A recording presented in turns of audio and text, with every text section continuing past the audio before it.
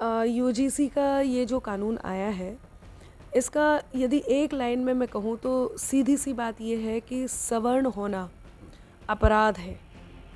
मतलब आपको कुछ और करने की ज़रूरत ही नहीं है। यदि आप सवर्ण हैं, यदि आप जनरल कैटेगरी के हैं, इसका मतलब आप अपराधी हैं। हम मोदी का परिवार, यदि हम ये परिवार कहते हैं तो एक बेटे को खुश करने के लिए दूसरे बेटे को अन्याय नहीं सहना पड़े, यही हम सब चाहते हैं। आप ये देखिए, थोड़े दिन पहले हम सब मिलकर के एक ही बात कह रहे थे, एक रहेंगे सेफ रहेंगे, बटेंगे तो कटेंगे। तो आपस में बांटने की ये जो कानून आया है, ये आपस में बांटने ही जैसा है। मैं ज़रूर कहना चाहूँगी, पहले के और अब के समय में बहुत अंतर आ चुका है। पहले दलित वर्ग शोषित होता था, ठीक है, आज नहीं है। नमस्कार, मैं हूं उस्मान चौधरी और आप देख रहे हैं यूपी तक। यूजीसी कानून का लगातार विरोध हो रहा है। लगातार मेरठ में ऐसे मामले सामने आ रहे हैं जहां यूजीसी का विरोध हो रहा है। ऐसे वीडियो आए जहां जो स्वर्ण जाति के लोग हैं वो शपथ लेते हुए नज़र आए, सरकार के ख़िलाफ़ भी और कानून के ख़िलाफ़ भी। और उनका साफ कहना है कि जब तक ये कानून नहीं हटाया जाएगा, वापस नहीं होगा, हम आंदोलन जारी रखेंगे। इसी कड़ी में मेरठ की रहने वाली अनामिका अंबर, जो कवि हैं, मशहूर कवि हैं, उन्होंने भी उस यूजीसी बिल की मुखालफत की है, उसका विरोध किया है कानून का। हम उनसे पूछेंगे कि आखिर उनका क्या कहना है और इस कानून को लेकर वो विरोध क्या है उनका। अनामिका जी, यूपी तक में आपका स्वागत है। बहुत धन्यवाद उस्मान जी। ये बताइए कि आपके लगातार बयान आ रहे हैं यूजीसी को लेकर के, आपने विरोध इसका किया है, क्या उस कानून का विरोध है और क्या कहना है इस पर आपका? देखिए, यूजीसी का ये जो कानून आया है, इसका यदि एक लाइन में मैं कहूँ तो सीधी सी बात ये है कि सवर्ण होना अपराध है। मतलब आपको कुछ और करने की ज़रूरत ही नहीं है। यदि आप सवर्ण हैं, यदि आप जनरल कैटेगरी के हैं, इसका मतलब आप अपराधी हैं। इसमें जो इसका निचोड़ है वो यही है। मैंने ऐसे में एक ही बात कही है कि कोई भी कानून तब तक न्याय संगत नहीं होता है जब तक के दोनों पक्ष की सुनवाई ना हो। यदि उसमें एक पक्ष की सुनवाई हो और एक पक्ष की सुनवाई हो ही ना, मतलब एक पक्ष की सुनवाई क्या, सिर्फ आरोप हो, तो फिर वो मतलब वो न्यायपूर्ण है ही नहीं।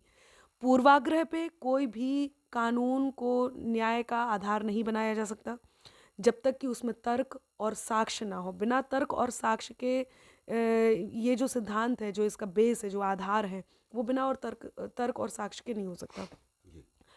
अब मेरा कहना ये है कि इसमें SC ST के लिए जो भी होना चाहिए बेशक हो, लेकिन इसमें एक संशोधन, एक सुधार ज़रूर होना चाहिए कि तब तक जब तक कि सुनवाई ना हो और दोषी नहीं उसको दिखाया जाए। यदि उसका दोष नहीं है तो फिर उसको सज़ा होना ही नहीं चाहिए।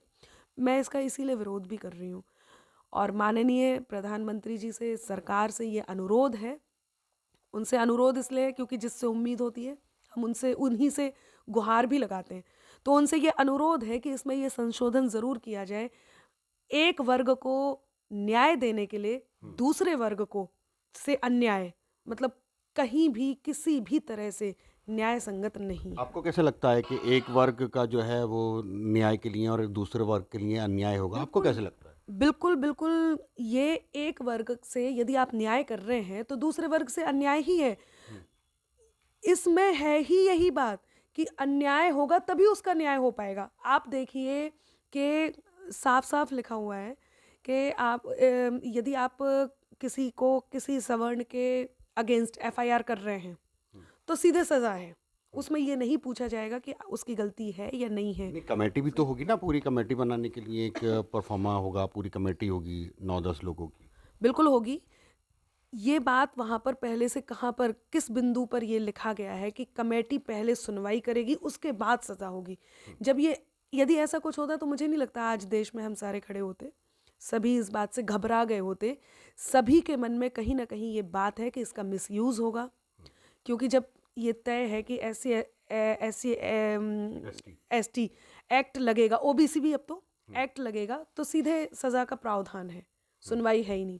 आपको एक बात बताती हूँ, इससे पहले भी अब यदि कमेटी भी बैठती है या इस पे सुनवाई होती भी है तो आप देखिए कि किस लेवल से कितनी देर का इसमें समय लिया जाता है।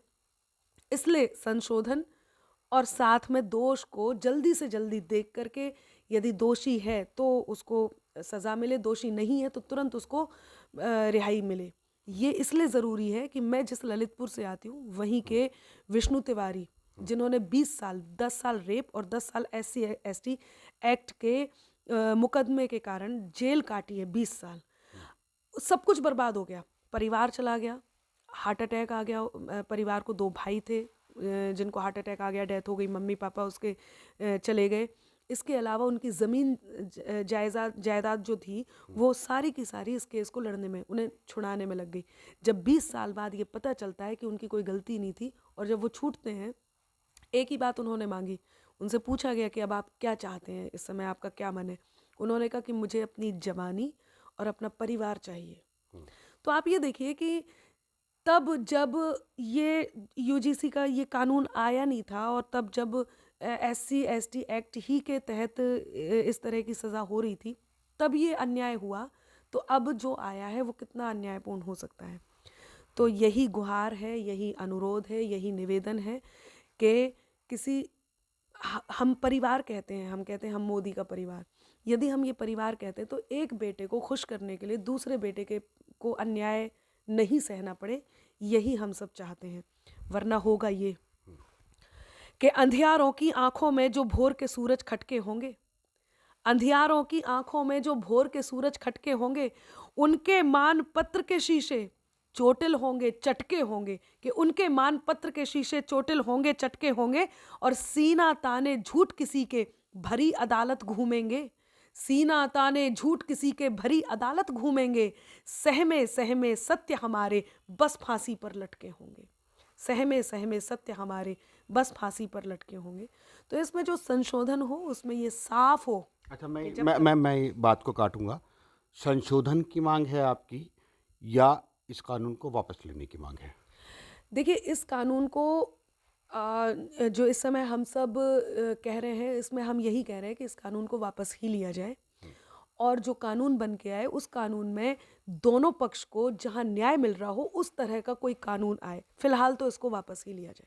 वापस लिया जाए संशोधन की, मतलब इसको दोनों तरफ सुना जाए। हाँ, दोनों तरफ सुना जाए। अब चाहे ये संशोधन हो करके यही दिया जाए या फिर संशोधन हो करके इसे वापस लेकर के कुछ और किया जाए, किया यही जाए कि जिसमें आप ये देखिए, थोड़े दिन पहले हम सब मिलकर के एक ही बात कह रहे थे, एक रहेंगे सेफ रहेंगे, बटेंगे तो कटेंगे। तो आपस में बांटने की ये जो कानून आया है, ये आपस में बांटने ही जैसा है।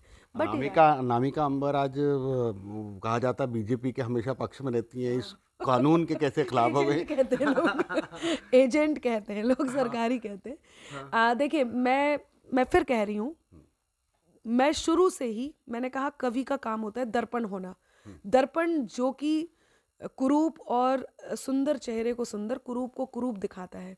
अब ये बात आज सिद्ध भी होती है कि जिस बात से हम सहमत नहीं है, जिस बात से हमें लग रहा है कि ये जनता के हित में नहीं है, उस बात के लिए हम बैठे हैं, हम इस बात का विरोध कर रहे हैं कि भाई ये बात सही नहीं है। और जितनी नीतियां हैं, जितनी बातें हैं, वो सब हमें हमेशा से सही लगी क्योंकि वो हमारी विचारधारा के जैसी थी, उसके अनुरूप थी। हम आज भी सरकार का हम आज भी विरोध नहीं कर रहे हैं। हम आज भी केवल उस बात के लिए लड़ रहे हैं, उस बात के लिए अपने परिवार से कह रहे हैं कि आपसे ये अनुरोध है, निवेदन है और उम्मीद भी है। देखिए, इंसान वही कहता है जहाँ उम्मीद होती है। उम्मीद भी है कि हाँ, कुछ ऐसा ही होगा जो सबके हित में होगा। बात यहाँ तक आई है तो शंकराचार्य के मामले में भी बात कर लेते हैं। आपने देखा होगा शंकराचार्य के साथ में क्या क्या हुआ, वहाँ बहुत राजनीति हुई, इधर से भी इधर से भी। क्या कहना है उस मामले पे? देखिए, मैं एक बात ज़रूर कहूँगी, दोनों ही पक्ष, दोनों ही मुझे एक कवि की पंक्तियाँ याद आती हैं कि दोनों ही पक्ष आए हैं तैयारियों के साथ, हम गर्दनों के साथ हैं, वो आरियों के साथ। तो ये पंक्तियाँ मैंने इसलिए कोट की हैं कि जहाँ रामकृष्ण का देश है, साधु संतों का देश है, मैं हमेशा कहती हूँ जो भूमि देवताओं की परम पावन विरासत है, जहाँ सत्यम शिवम और सुंदरम हर क्षण मुहूर्त है, तो ऐसे में हमें संतों के संतत्व का सम्मान करना चाहिए। प्रशासन ने जो किया वो बिल्कुल भी न्यायसंगत नहीं है, वो उचित नहीं था, वो मर्यादा के अनुरूप नहीं था। संतों की मर्यादा का ध्यान रखना चाहिए था।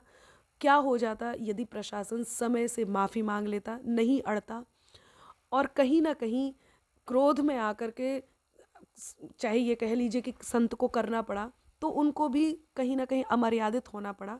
लेकिन हम सब श्रावक हैं, हम शंकराचार्य के लिए या हम संतों के लिए हम कह ही नहीं सकते, किसी भी जाति के संत के लिए, हम किसी भी संत के लिए इतने बड़बोले नहीं हो सकते कि हम कुछ भी कह दें। तो मैं व्यक्तिगत रूप से तो कुछ भी नहीं कहूँगी, लेकिन इतना ज़रूर कहूँगी कि संतों के प्रति हमें सम्मान से देखना भी चाहिए, हमारी मर्यादा भी होनी चाहिए। संत भी यदि अपने किसी जिस पद पर हैं, यदि उस पद से एक कदम नीचे आते हैं, तो ये संतों को भी देखना चाहिए कि उन्हें उस अपने पद की गरिमा के अनुरूप ही कार्य करने चाहिए।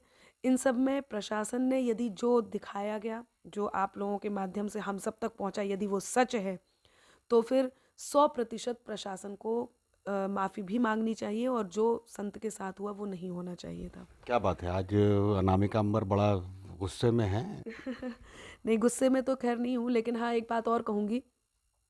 कहीं ना कहीं जिस बात के लिए, जैसे योगी जी को लेकर के, उनके व्यक्तिगत जीवन को लेकर के जो बात कही, मैं उससे भी सहमत नहीं हूँ। देखिए, हम जो हमारे मुख्यमंत्री हैं, वो खुद संत के जीवन को जीते हैं। जिस समय वो राजनीति की कुर्सी पे हैं, कद पे हैं, उस समय आप उनके राजनीतिक विषयों को लेकर के अपनी सहमति या असहमति दिखा सकते हैं। लेकिन जिस समय वो संतत्व में है, जिस समय वो संत के परिधान में है, संत की चर्या में है, उस समय उस गरिमा का उनका भी ध्यान रखना चाहिए था। शोर का स्वर सब बन सकते हैं, सरगम होना मुश्किल है। शोर का स्वर सब बन सकते हैं, सरगम होना मुश्किल है। फूल की झुलसी पंखुड़ियों पर शबनम होना मुश्किल है। तो गुस्से में यूं उबल रही इस दुनिया को ये समझाओ, खंजर होना बहुत सरल है, मरहम होना मुश्किल है। सुना है कि शंकराचार्य जी बिना स्नान किए वापस चले गए हैं, कुछ इस टाइप की, आज बताइए। हाँ, देखिए, वही मैं कह रही हूँ कि कुछ तो भी सभी तरह से सभी को अपने अपने क्रोध पर, अपने अपनी मर्यादा पर कहीं ना कहीं संयम रखना चाहिए था, जिससे ये स्थिति यहाँ से यहाँ तक नहीं आती।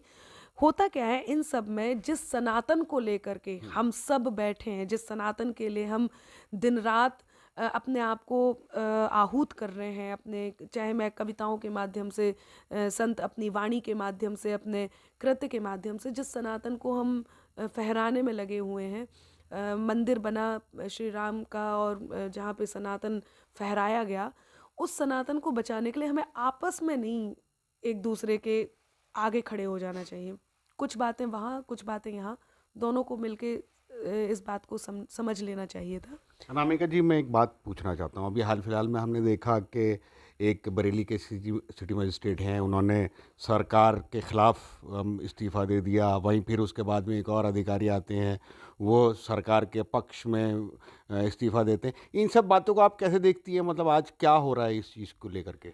देखिए, दोनों ही सूरत में ये इनके अपने अपने व्यक्तिगत मामले थे, और सबको, अभिव्यक्ति की आज़ादी का देश है, सबको अपने अपने व्यक्तिगत राय देनी चाहिए। और जिन्होंने सरकार के विरोध में जाकर के इस्तीफ़ा दिया है, तो यदि उन्हें ऐसे लगा है कि, व्यक्तिगत रूप से यदि ऐसे लगा है कि वो उस माहौल को नहीं बर्दाश्त कर पा रहे हैं, या जो इस तरह का कानून आया है वो उस कानून को नहीं सह पा रहे हैं, तो उन्होंने इस्तीफ़ा दे दिया, ठीक है। शंकराचार्य जी की भी उन्होंने बात की थी। हाँ, वही मैं कह रही हूँ ना कि व्यक्तिगत रूप से जो लोग नहीं समझ पा रहे, देखिए, यदि वो केवल अपने अधिकारी पक्ष को देखते, तो वो अपना काम कर रहे होते, वो अपना, उनकी नौकरी है, वो कर रहे होते। लेकिन क्योंकि उन्होंने खुद को, उन्होंने अपने व्यक्तिगत विचारधारा को भी समर्थन दिया, और उसको आगे रखा, उसको प्रायोरिटी दी, प्राथमिकता दी, और उन्हें लगा कि उनसे नहीं ये सहन हो रहा, उन्होंने उस चीज़ का विरोध किया। सब, मैंने कहा ना, अभिव्यक्ति की आज़ादी का देश है, ठीक है, उन्हें करना चाहिए था, करा। मैं ये बिल्कुल नहीं कहूँगी नहीं करना चाहिए था।